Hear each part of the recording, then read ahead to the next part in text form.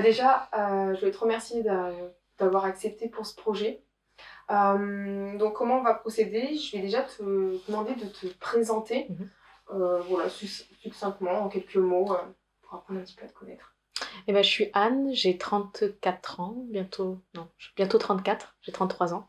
Et en fait, moi, je suis une femme, enfin, je me vois comme une femme hyper active. Voilà, je travaille, j'ai un enfant, j'ai une vie normale et je suis diabétique de type 1 depuis 1996. Ok. Donc, je vais te demander en 3 mots, si tu devais te décrire ta personnalité, vraiment choisir 3 mots, tu dirais quoi?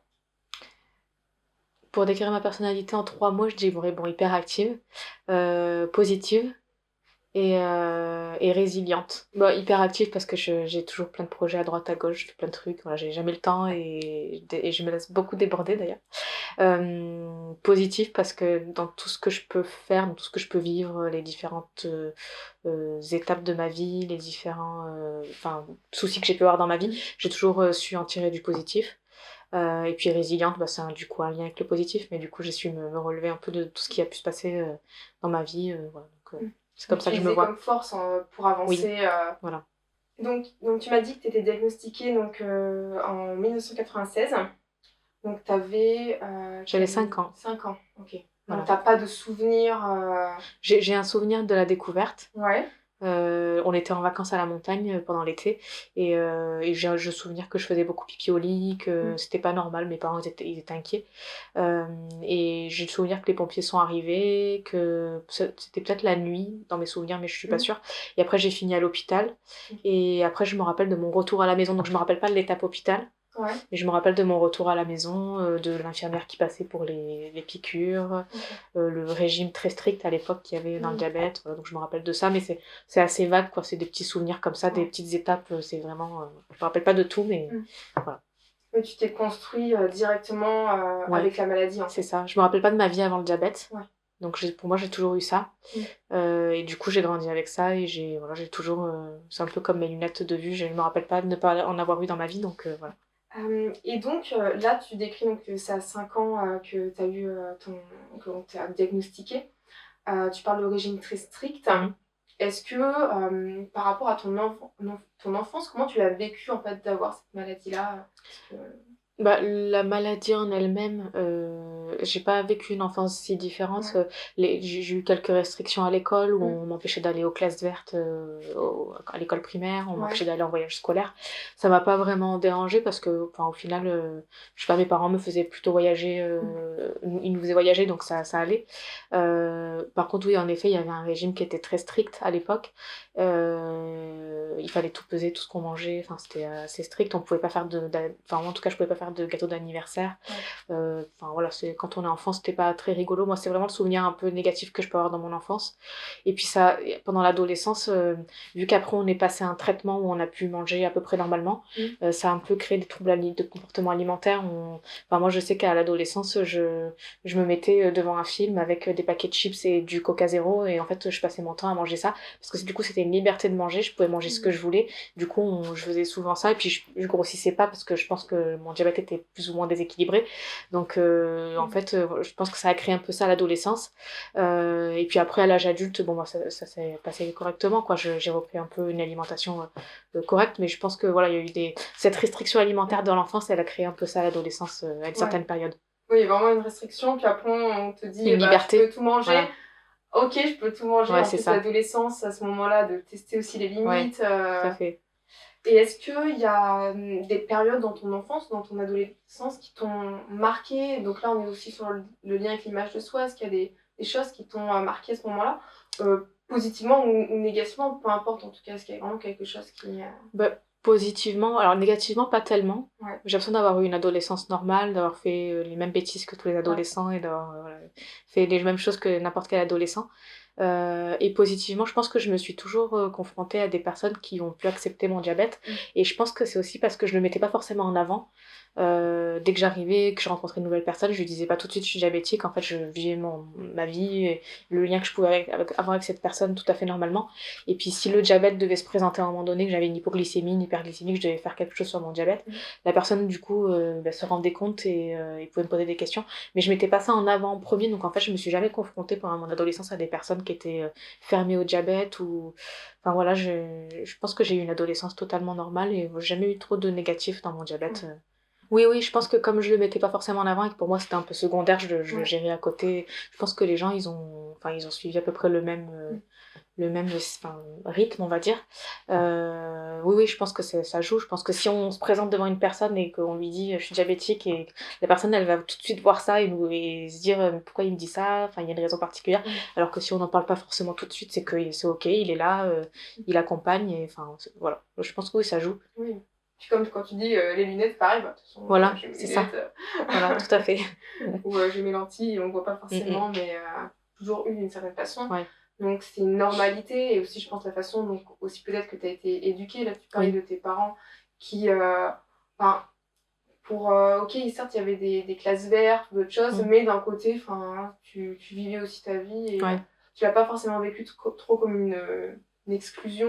Non, et d'ailleurs, je me rappelle que j'ai fait une fois, en tout cas j'ai fait une colo spéciale pour les personnes diabétiques, et en fait ça m'avait perturbée, j'avais pas du tout aimé parce que je me sentais trop enfermée dans ça, et je l'avais hyper mal vécu. Je crois que j'ai fait 2 colonies de vacances, une colonie spéciale diabétique et une colonie normale, et en fait la colonie normale, je me suis éclatée, c'était super bien, alors que la colonie spéciale diabétique, j'ai pas du tout apprécié, quoi. Voilà, d'être, enfin, juste d'être une personne diabétique, avoir cette image-là tout de suite, j'ai pas apprécié du tout cette colonie de vacances quand j'étais petite, je me rappelle. Comme une étiquette en fait qu'on pouvait te mettre, que en fait non, je suis quelqu'un de normal, je peux être avec d'autres personnes aussi, chacun a ses caractéristiques. Et c'est ça. Okay. Est-ce que y a eu un moment où tu as traversé des phases de rejet ou de révolte par rapport à... Oui, inconsciemment, je pense. Mais bon, pareil, c'est la période d'adolescence où on n'a pas trop envie on a envie de vivre sa vie, d'avoir des libertés, de faire un peu ce qu'on veut, fumer des cigarettes, boire de l'alcool, etc. Et je pense que ça a joué, je l'ai vécu inconsciemment, c'est-à-dire que je faisais pas de prise de sang, je faisais pas de glycémie, mon diabète était là, j'étais, je pense, déséquilibrée, mais en même temps je contrôlais pas, donc ça m'intéressait pas. Donc je pense que ce rejet, je l'ai vécu, mais en fait, c'était aussi le moment où mes parents ont essayé de me rendre autonome pour le suivi de mon diabète. Donc en fait, ils m'ont laissé un peu faire ce que j'avais envie et le gérer comme j'avais envie. Et je pense que enfin en tout cas, enfin, je vais pas le conseiller, mais c'est bien de passer par là quand on est diabétique, parce que finalement, on se rend compte que quand on peut avoir une vie totalement normale, ok, mais je pense que c'est bien aussi de prendre en charge un petit peu son diabète.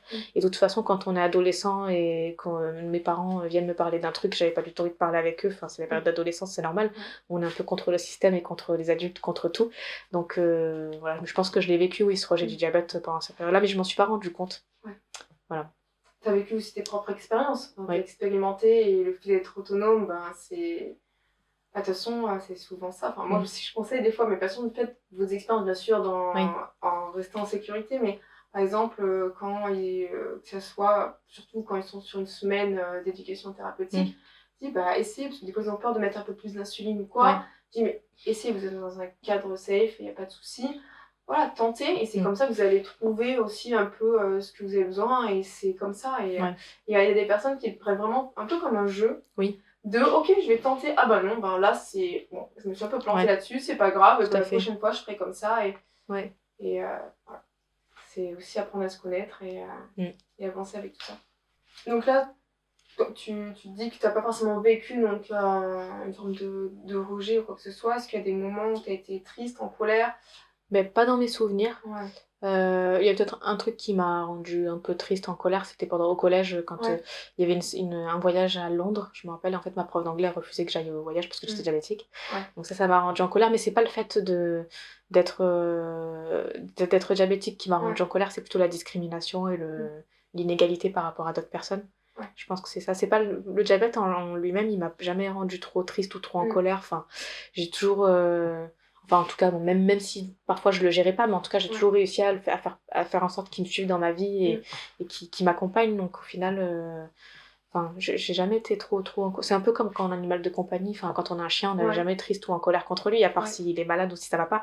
Mais finalement, non, je l'ai pas vécu. Enfin, jamais eu ce genre de sentiment-là pour mon diabète. Est-ce que, donc, quel a été pour toi donc, ton plus grand défi? Bon, je pense que moi, mon plus grand défi et que j'ai réussi à remplir, je suis contente, mais c'était la grossesse avec le Ouais. diabète. Parce qu'en fait, déjà quand t'es une femme et que tu tombes enceinte, t'as zéro information, t'es complètement perdue, t'es à l'ouest complet, il faut que t'ailles voir des professionnels, mais tu sais pas qui, comment ça va se passer, combien de temps ça va durer, qu'est-ce qui va se passer, enfin, t'as aucune notion. Mais en plus, une femme diabétique de type 1 qui est enceinte, c'est 10 fois pire, quoi. En fait, on a zéro information. Il y a juste un document qui existe de recommandation médicale, mais qui date de 2010, donc en fait qui a 15 ans. En fait, c'est lent. Et puis, c'est un pavé à lire, en fait, ça prend des plombs. Enfin, quand tu es enceinte, t'as pas du tout envie de penser à ça. Donc, je pense que c'est un gros défi. Je suis contente de l'avoir fait. C'est une expérience de folie, hein, qu'on soit diabétique ou pas, mais encore plus avec le diabète. Et voilà, je pense que c'est le plus gros défi enfin, voilà, que j'ai réussi à remplir. Voilà. Et la maternité aussi en même temps, parce que quand on a un enfant, il y a d'autres choses qui s'ajoutent. Donc voilà. Parce que c'est pas longtemps que t'as accouché. Non, ça fait 3 mois. 3 mois, oui. Ouais. C'est tout récent. Mais oui, voilà, il y aura d'autres choses aussi à venir après. Oui. Mais, et par rapport à ça, le fait d'être devenue mère, est-ce qu'il y a eu un changement ou pas? Est-ce que tu as vécu un changement même d'image par rapport à toi ou, Bah, moi, l'image de moi enceinte, j'ai eu du mal à l'accepter. Ouais. Mais tout le long, même jusqu'à la fin, enfin, je ne vais pas du tout apprécier mon corps enceinte qui changeait aussi brutalement. Et puis en plus, j'ai fait assez attention à mon image, quoi. Je fais beaucoup de sport, enfin, je mange équilibré, je fais vraiment attention à ça. Et donc, du coup, j'ai eu beaucoup de mal à voir mon corps changer. Et je pensais que le fait d'avoir plein d'appareils sur le corps, que ça allait me faciliter un peu la vie, de me dire, bon, il y a ces appareils et tout, ok, les gens le voient. Enfin, en fait, tout ça, je m'en fous au quotidien que les gens le voient. Par contre, enceinte, j'acceptais pas que les gens puissent me voir. Enfin, je mettais toujours des vêtements hyper amples. Voilà, j'ai accouché il y a 3 mois, j'ai encore un peu de ventre et je mets toujours des vêtements hyper amples parce que du coup, mon corps, j'ai du mal à l'accepter encore un peu aujourd'hui. Donc, oui, je pense qu'il y a quand même il y a ce petit truc qui est ressorti. Bon, qui est temporaire, donc tant mieux, mais voilà. C'est ressorti. Ouais, puis en plus, le cerveau, le temps qui s'adapte au changement, enfin, c'est très vite. Enfin, en 9 mois, il y a toute l'évolution, et puis après, il y a le postpartum aussi. Oui. On n'en parle pas du tout. Donc, oui, non, ça vient beaucoup chambouler, mais profondément, quoi. En très peu de temps, quoi. C'est un raz-de-marée, quoi. Oui, oui. Et puis en plus, moi, alors, je sais pas pourquoi, mais j'ai eu une grossesse qui s'est passée hyper bien. J'étais hyper active, j'avais plein d'énergie. J'ai décalé mon congé maternité de 2 semaines parce que j'étais trop en forme, alors que tout le monde me disait que ton diabète, tu n'y arriveras jamais. Alors que bon, c'était un gros défi aussi que j'ai réussi à remplir. J'étais trop contente de dire aux gens, non, moi, j'ai réussi à le décaler de 2 semaines. Bon, bref. Et en fait, ma grossesse, elle est passée hyper vite. Et en fait, au moment où j'ai accouché, j'ai une espèce de. Bon, déjà, j'ai eu un baby blues de folie. Je sais pas si toutes les femmes, elles ont ce baby blues là, mais en tout cas, moi, j'ai pleuré pendant une journée entière, alors que les gens, ils venaient me voir très sympathiquement pour me demander si ça allait, j'arrêtais pas de pleurer. Et je pense que j'ai eu un baby blues qui a duré quand même pas mal de temps après, quoi. Au bout d'un mois, j'étais encore pas très bien. Enfin, c'est assez compliqué. Et je sais pas si c'est un lien avec le fait que le corps change, je pense que c'est le fait que ma grossesse est passée tellement vite. Que je l'ai pas vu passer en fait et j'ai été choquée de ce qui se passait. Enfin, il y a eu plein de choses en même temps et du coup, voilà, il y avait cette petite étape. Mais du coup, le diabète n'avait rien à voir là-dedans parce que mon diabète, ça se passait bien. Bon, là, avec la maternité, je l'ai un peu mis de côté. Des fois, je le gère plus ou moins bien, enfin, voilà, peu importe. Mais du coup, le diabète, pour moi, c'était tellement facile par rapport à ce qui se passait à côté. Enfin, voilà. Et donc là, tu dis que tu as des dispositifs. Tu as quoi comme dispositifs médicaux pour le diabète? J'ai une pompe à insuline, Ouais. Medtrom, et j'ai un capteur de glycémie aussi, Medtrom, et c'est pour un essai clinique, donc c'est un capteur et pompe à insuline, mais pas en boucle fermée. Ok. Voilà. Parce que le Medtrom, c'est un... Non, c'est les filaires ou pas? Non, c'est le pompe patch. C'est la pompe patch, ouais. Et on change juste... Ouais, c'est ça, il y a une petite base. Oui, il y a une base, voilà. On la voit moins celle-là. Ouais. Alors, on va passer sur une deuxième partie, donc un peu plus centrée sur l'image. Ouais. Est-ce que ce soit en lien avec le diabète, est-ce que tu as ressenti un impact sur ton estime de toi? Donc l'estime de toi, c'est vraiment la valeur que tu te donnes à toi-même. Moi, je considère que l'estime de moi-même, j'en ai pas beaucoup. C'est-à-dire que, par exemple, quand je vais me regarder dans le miroir, je vais pas me dire je suis canon, je suis bien, je suis fabuleuse, je suis hyper rayonnante, pas du tout. Je vais plutôt me voir comme une personne, plutôt en me disant peut-être qu'il faudrait y faire un peu de sport, peut-être qu'il faudrait que j'aille faire, je sais pas, que j'aille me maquiller un peu plus. Je vais plutôt voir mes défauts en premier que mes qualités, mais du coup, le diabète, ça a pas eu d'impact particulier sur l'estime de moi, parce qu'en fait, quand je me promène dans la rue, Nous, on habite à Marseille, il fait chaud l'été, on se promène souvent les bras nus. Enfin, et en fait, quand je me promène dans la rue, je vais pas me... c'est pas la première chose que je vais me dire en me disant les gens vont voir mes dispositifs, j'ai pas trop envie, etc. La première chose que je vais me dire à moi, c'est plutôt les gens, ils vont, je sais pas, ils vont voir mon ventre ou alors je suis peut-être un peu trop décolletée. Enfin, je vais plutôt penser à ça en premier, mais des réflexions typiquement féminines, en fait, pas forcément en lien avec le diabète, plutôt que au dispositif que j'ai sur moi. Et alors c'est vrai que moi j'aime bien mettre la différence. En fait, pour moi, l'estime en tout cas, c'est souvent on va s'accrocher à ce qu'on voit visuellement. Ouais. Et on va oublier un petit peu, comme tu disais tout à l'heure, moi je me vois comme quelqu'un d'hyperactif, de positif, de résiliente. Et c'est d'essayer de se faire ce lien-là en fait face au miroir de ok, il y a le côté physique, mais il y a ce côté aussi de qui je suis, l'estime de soi. Souvent on le colle même l'image de soi, on le colle vraiment à quelque chose de très physique. Parce que c'est notre société aussi qui veut ça encore plus en tant que femme. Mais voilà, d'essayer de voir en fait sous un autre angle. Et quand on se regarde dans le miroir, ok, il y a des moments, ok, aujourd'hui, physiquement, je peux pas me blairer, clairement, j'en ressemble à rien, mais ok, bon, mais c'est juste le fait de pas rester là-dessus, et de se dire, en fait, ok, en fait, je suis quelqu'un de résilient, de positif. Et je vais sortir ça et en fait, peu importe. Après, dans mon quotidien, je reste pas sur l'image que je peux me renvoyer à moi-même parce qu'elle est plutôt négative. Donc, dans tous les cas, si je reste sur ce que je vois dans le miroir, je vais pas faire beaucoup de choses dans la journée. Du coup, non, en effet, je veux pas. En tout cas, l'image de moi, elle va pas refléter, que j'ai moi-même, elle va pas refléter ce que je vais faire dans l'estime que je peux avoir de moi-même, justement. Donc, je suis d'accord avec toi sur ce point-là. Tu scindes vraiment les deux, en fait. Donc là, tu disais que tu avais plus de mal aussi physiquement, donc le lien avec ton corps, mais qu'il n'y avait pas forcément de lien avec la maladie. Non. Ça, tu l'as intégré. Oui. Oui, parce que je me dis que si j'avais pas d'appareil sur moi, si j'avais pas de diabète, en fait, je me verrais peut-être de la même manière. Donc finalement, non, j'ai bien réussi à scinder le côté diabète que je peux avoir physiquement sur moi et comment je me vois moi dans le miroir. Donc non, j'arrive bien à le différencier quand même. Oui, donc on disait visuellement, donc que ce soit les dispositifs, même les injections avant, parce qu'avant c'était sous stylo. Est-ce que tu as vu une différence peut-être à ce moment-là de passer sous stylo, puis après passer sous pompe? Est-ce qu'il y a eu un changement ou pas? Moi personnellement non, c'est-à-dire que les injections je les faisais devant tout le monde, je m'en foutais un peu, je me rappelle même d'un épisode où on était dans un concert avec Élise, je faisais mon injection dans le bras et en fait il y a une dame qui s'est retournée un peu choquée du genre de dire elle se drogue et qu'est-ce qu'elle fait, du coup ça me faisait rigoler et j'avais zéro problème avec ça en fait, avec le regard des gens, il n'y avait pas de souci. Et la seule différence que je peux voir avec les dispositifs que j'ai aujourd'hui sur moi, c'est qu'en fait, quand on a les bras nus, l'été, on rencontre d'autres personnes plus facilement diabétiques. En fait, on se reconnaît dans la rue. Et du coup, ça apporte vachement plus d'échanges qu'avant, quand on avait les stylos. Voilà. Donc là, il y a une forme un peu de... pas d'appartenance, mais on voit et donc ça va plus être facile pour entrer en contact. C'est ça. Et on en voit beaucoup l'été d'ailleurs, on remarque. Ouais, c'est vrai. Puis je pense aussi...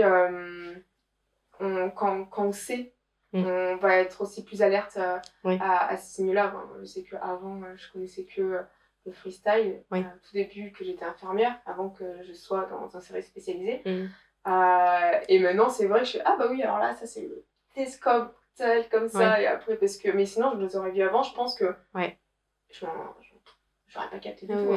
C'est clair. Donc, ça ouvre des discussions. Pour toi, est-ce que tu penses que dans la création de ton identité, le diabète t'a apporté une certaine force, t'a apporté une certaine... peut-être en lien avec de qui tu es actuellement on nous pose souvent la question de savoir si on a eu un diabète, par exemple, est-ce qu'on aurait couru un marathon, est-ce qu'on aurait... Et en fait, j'en ai absolument aucune idée parce qu'en fait, je pense que, en tout cas, ma résilience que je peux avoir, la positivité, l'hyperactivité, en fait, elle vient pas forcément du diabète. Je pense qu'elle vient beaucoup de nos parents. En fait, on a une maman qui est tétraplégique et en fait qui a toujours vécu sa vie totalement normalement, qui fait tout, elle avait une vie totalement normale, avec des adaptations bien sûr, mais elle a fait du parapente, on est allé faire du ski ensemble, on a fait plein de trucs et en fait je pense que ça vient surtout de là.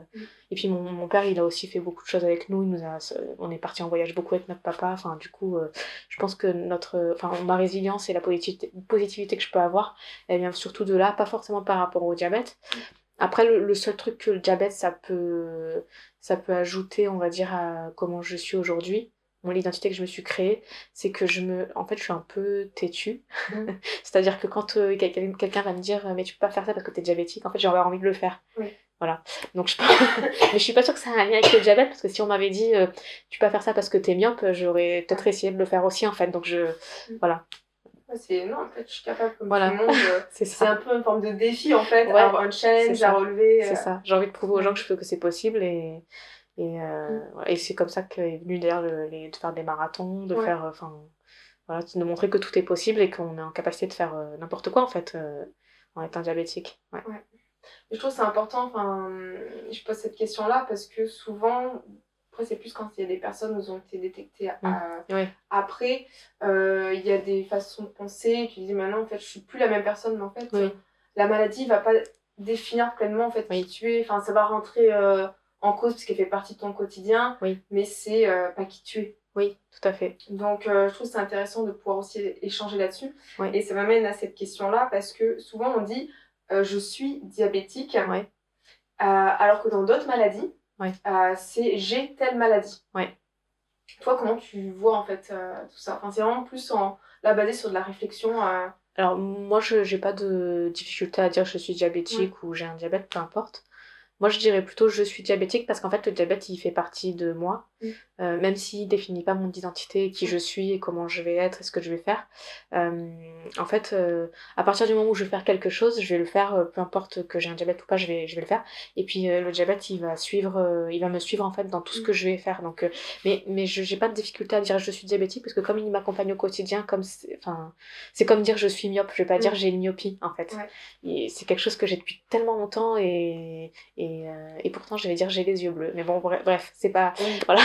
C'est quelque chose qui m'accompagne depuis tellement longtemps que pour moi ça me définit pas, mais en tout cas il fait partie de moi quoi. Je sais pas je sais pas comment je pourrais faire si un jour j'avais plus de diabète, qu'est-ce qui se passerait, je sais pas, voilà, ça serait, j'aurais une vie peut-être différente, je sais pas, je suis pas sûre, voilà. Ou alors est-ce que peut-être il y a eu un moment un peu plus charnière où t'es sentie peut-être plus sereine avec tout ça? Non, moi non, franchement j'ai l'impression que j'ai eu une vie en tout cas jusqu'à aujourd'hui, une vie totalement normale et pas. J'ai l'impression que mon diabète a toujours été secondaire, mais je pense que ça a beaucoup un lien aussi avec l'entourage, comment ils le voient et comment ils réagissent, parce que nos parents, ils nous ont toujours dit, vous allez pouvoir faire plein de trucs et ok, votre diabète, il va suivre. Il y a peut-être une fois où notre papa nous a dit, il y a certains métiers que vous ne pourrez pas faire parce que vous êtes diabétique. Alors, cette phrase-là, je m'en souviens. Et je pense que c'est bien de le dire aux enfants quand ils ont un diabète aussi, parce que c'est important de le savoir.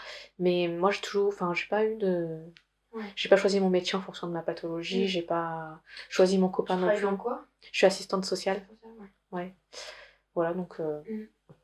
Et là, tu parles donc, de ta famille donc, qui a été très soutenant aussi, comme on disait, aussi l'éducation et la vision de eux, ce qu'ils ont pu t'apporter aussi, et a été très positif aussi. Et pareil, là, tu me parlais donc de ton compagnon. Oui.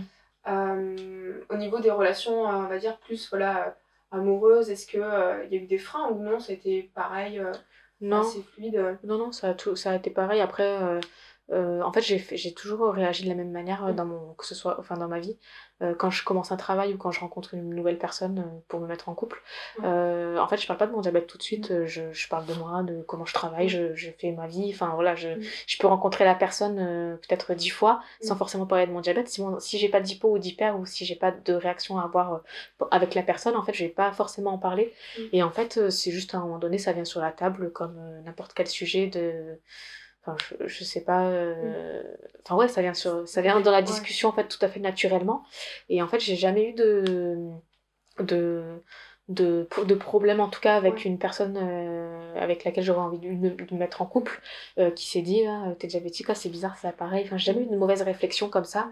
Et toi, t'avais pas une appréhension par rapport à ce que les personnes pouvaient penser? Non. Franchement, non, pas du tout. Parce qu'en fait, je pars du principe que si la personne, elle ne réagit pas bien ou s'il réagit de manière négative, c'est que c'est pas la bonne personne et qu'en fait, il peut aller se faire voir. Il peut aller se faire voir.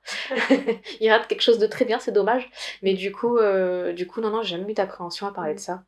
Non, franchement, non. Et ton entourage, est-ce que, par exemple, tes parents, vous avez pu discuter un petit peu de tout ça, en fait, comment c'est passé, là, on parlait en tout cas que c'est toujours dans quelque chose de très positif, en tout cas même ta maman qui a pu vraiment vous montrer cette force-là aussi à travers elle, ses propres, ce qu'elle a vécu dans sa vie. Ouais. Comment eux ont vécu aussi votre... Je pense que nos parents, je pense qu'ils ont moins bien vécu notre enfance avec le diabète parce qu'en fait, comme ils géraient beaucoup de choses, et puis que quand on est enfant, en fait, on gère pas notre diabète, c'est nos parents qui le gèrent, une infirmière, enfin, on est un peu, enfin, nous, en tout cas, enfin, moi, j'ai été mis hors de ça pendant un moment. J'ai pas géré mon diabète pendant longtemps, en fait, quand t'es enfant, je le gérais pas forcément. Ou en tout cas j'en ai pas trop de souvenirs. Du coup, mais je pense qu'eux ils étaient quand même pas mal inquiets. En tout cas, je sais que ma mère était beaucoup inquiète, notamment quand je suis en hypo, elle est hyper inquiète, elle est toujours hyper inquiète quand je suis en hypo aujourd'hui. Et il y a même des fois où, même encore aujourd'hui, alors à l'époque je pense que ça devait être aussi compliqué pour elle, mais même aujourd'hui quand je lui dis j'ai faim, elle me demande tout de suite, ah mais t'es en hypo, alors que non, j'ai juste faim en fait. Enfin, voilà, je pense elle a été inquiète au moment de la découverte du diabète, je pense ça a été compliqué pour elle, je pense. Ouais. Les parents aussi, pouvoir bien les accompagner. Ouais. Puis surtout qu'en plus, comme il y a ma soeur qui a été diabétique 2 ans après, ils avaient cette idée-là dans la tête aussi, donc du coup, ils s'y attendaient aussi un petit peu. Voilà. Je pense que ça n'a pas été évident pour eux. Mais en tout cas, ils ont fait de leur mieux, en tout cas, pour pouvoir vous accompagner là-dedans, et vous êtes sentis soutenus, en tout cas, toujours. par votre famille. Oui. Ouais. Est-ce qu'il y avait d'autres personnes dans la famille qui avaient du diabète ou Non. Non, personne. On a une grande sœur qui n'est pas diabétique. Nos parents n'étaient pas diabétiques. Mon père a été diabétique de type 1, mais longtemps après. Voilà, donc non. Ouais, c'était une découverte plus lente. Il était un an. Ouais. Lui, il avait découvert à quel âge? Il avait la quarantaine, je pense. Il y en a de plus en plus. De lent en fait. C'est des personnes qui étaient traitées comme des T2. Oui, c'est ça. Et que en fait, non en fait. On le voit de plus en plus. Donc tout à l'heure, on parlait que toi, faire les injections devant le public, ça n'a jamais vraiment posé de problème. Est-ce qu'à un moment, ça t'a posé un problème ou non? Ou ça a toujours été pareil, facile? Franchement, non, ça a peut-être pas toujours été facile. Je pense qu'il y a peut-être des périodes où j'avais moins envie de me piquer devant tout le monde et peut-être que je me décalais un peu sur le côté pour pouvoir le faire. Oui, mais ça a dû arriver, même pendant l'adolescence où on a le corps il change, etc. C'est compliqué. Le rapport avec le corps est compliqué à l'adolescence. Je pense que ça a pu arriver. Après, en tout cas, moi, je m'en souviens pas trop de cette période-là. Je me rappelle pas avoir été bloquée à un moment donné de faire mon insuline parce que j'avais peur de le faire devant les gens. Voilà. Et puis, moi, il y a peut-être juste quand j'ai commencé à travailler, où là, j'avais pas forcément envie de le montrer. En tout cas, au travail, je le montre pas forcément parce que j'accompagne des gens qui sont en difficulté. Et en fait, quand j'accompagne une personne en difficulté, j'ai pas envie de parler. Je le vois comme une difficulté, mais j'ai pas envie de parler de ma difficulté à moi en disant je suis diabétique, etc. Et de discuter de ça avec la personne. Donc, à mes collègues de travail, je vais en parler et le montrer sans problème. Par contre, quand je vais rencontrer des partenaires, des personnes que j'accompagne dans le social, je vais pas forcément montrer mon diabète. Voilà. Mais c'est juste parce que j'ai pas envie d'en parler en fait. Voilà. Et c'est ok, hein. Franchement, après, c'est quand on donne la relation à l'autre, c'est l'autre aussi en premier. C'est ça. Donc, je vais mettre l'autre au centre de la discussion et pas moi. C'est ça. Ça peut, certaines situations, nous faire écho à notre propre vie, mais ça nous regarde que nous, et là, on est vraiment centré sur l'autre. Alors, est-ce qu'il y a des idées reçues ou des stéréotypes sur le diabète de type 1 qui t'énervent particulièrement? Oui. Les idées reçues sur le sucre. Moi, j'ai du mal je trouve que les gens ils diabolisent le sucre, mais bon, le grand public d'une manière générale diabolise le sucre, mais en plus quand on est diabétique de type 1, les gens ils ont tout de suite cette idée de dire que le sucre est interdit, il faut pas en manger. Ils ont tout de suite ce truc de dire t'as un rapport au sucre qui est compliqué alors que en fait c'est partie de notre traitement, le sucre. Donc voilà, j'avais eu l'idée de faire une campagne à un moment donné sur ça en disant le sucre en fait c'est mon traitement, en fait je me soigne avec du sucre. Alors bizarrement parce que c'est pas remboursé par la sécurité sociale, mais du coup si j'ai pas de sucre en fait je peux pas mourir, mais en tout cas ça peut être compliqué quoi. Je peux avoir je peux tomber dans le coma, etc. Bon bref, peu importe, mais voilà, du coup c'est vraiment ce préjugé sur le sucre là qui est compliqué. Et puis en plus avec tous les trucs de naturopathie, glucose révolution, etc., c'est un enfer en fait. On est de tous les côtés sur les réseaux sociaux là, le sucre il est diabolisé pour les personnes diabétiques, c'est horrible. Puis même pour Mais même pour tout le monde. Enfin, moi, Oui. un jour, j'ai entendu dire oui, mais je vais diminuer mes glucides, je vais moins manger de glucides parce que comme ça, moi, je vais perdre du poids. Voilà, ouais. En fait, tes glucides, c'est ton énergie. Ouais. Donc, tu vas te priver de ton carburant. Donc, et encore plus après, les impacts que ça peut avoir, c'est fort. Là, j'ai vu les dernières campagnes là, qui ont pu être moins faire appel sur Gaïa. Ah oui, ah ouais. Ouais. J'ai vu ça, puis après j'ai vu vos stories après, j'ai dit mais on va où quoi. Ouais, ah oui, non, c'est... Et c'est juste qu'en fait les personnes sont pas assez aussi éduquées par rapport à ça, et je pense à la vision aussi de l'ancien régime. Oui. Parce que c'est très récent, le régime diabétique à l'hôpital, ça fait que 3 ans qu'il n'existe plus à Chambéry. Ah ouais.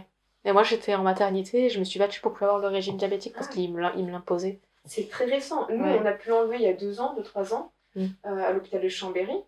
Mais alors qu'avant, où j'étais dans les services, même quand la formation, je trouve qu'on n'est pas assez bien formé. En tout cas, moi j'ai appris ce que c'était vraiment le diabète, le type 1 et les autres, quand j'ai bossé en endocrinologie. Avant, en tant qu'infirmière, désolée, mais j'y connaissais rien. Enfin, moi, je vois une glycémie élevée, ok, on va faire de l'insuline, quoi. Enfin, mais j'attendais pas forcément peut-être le repas qui arrive, quoi. Enfin, parce qu'on avait plus la vision du diabète de type 2, ok, on va corriger, c'est une correction, quoi. Enfin, l'insuline, c'est une correction, quoi. Et il n'y a pas cette vision-là, et il y a pas mal de choses à faire aussi à prévenir, mais de fil en aiguille, hein. On en parle de plus en plus, petit à petit. Ok, alors, là, on va voir vraiment sur aujourd'hui. Comment tu décrirais ton rapport à toi aujourd'hui, actuellement moi, je le décrirais comme apaisé. Après, bon, il y a toujours des moments un peu plus compliqués que d'autres. Enfin, voilà, ça dépend des périodes aussi. Mais en tout cas, comment je vis et comment je suis aujourd'hui, je trouve que ça va, quoi. Je vis plutôt bien. Peut-être un peu trop hyperactive de temps en temps. Il faudrait que je me calme un peu. Mais sinon, non, je me trouve plutôt apaisée quand même. Si tu devais dire quelque chose à toi, enfant ou ado, est-ce qu'il y aurait une phrase que tu aimerais lui dire ou pas? Ah, ben écoute, moi j'aimerais juste lui dire que ça va aller. Et que ça va aller, que tout va bien se passer dans ta vie. Tu te projetais un petit peu en disant quelle relation en fait t'aimerais avoir avec toi? Bon, j'aimerais que ça évolue comme c'est aujourd'hui, qu'il n'y ait pas plus de négatif qui s'installe. Non, j'aimerais continuer à vivre comme je le fais aujourd'hui. Enfin voilà, j'aimerais continuer. Voilà. Continuer dans cette lancée, quoi. Ouais, c'est ça, continuer dans cette lancée. Nickel. Et pour finir, alors bien sûr, parce que le miroir n'était pas là pour n'importe quoi. Voilà, enfin... c'est un projet sur l'image de soi, donc le miroir est là. Ok. Tu vas te fermer les yeux dans un premier temps. Juste respirer un petit peu. Prendre 2-3 respirations. Quand tu ouvriras les yeux, tu seras face donc à ton reflet, à ton image. Et de qu'est-ce que tu as envie de te dire à toi-même face à ce miroir-là, face à ton reflet. Tu es génial. J'adore. Mais oui, tu peux continuer à regarder et pas fuir le regard. Oui, tu es génial. Et ça, c'est cool. Non, il faut pas avoir honte en fait de se trouver bien et génial en fait. Oui, mais bon. C'est pas de l'ego, hein. Non, mais il y a des périodes un peu plus faciles que d'autres aussi. Enfin, je pense que surtout quand... je pense à ma grossesse et à ma maternité, mais quand on est en maternité, en postpartum, c'est compliqué quand même. Enfin, on est dans plein de doutes et... Enfin, moi, le premier mois, là, c'était un enfer. Enfin, j'ai trop mal vécu, en fait. Ouais. Et c'est ok, Oui. C'est, voilà, on n'en parle pas beaucoup aux femmes. Non. C'est horrible. Le postpartum, on va faire notre projet sur le postpartum. Voilà, on en reparlera.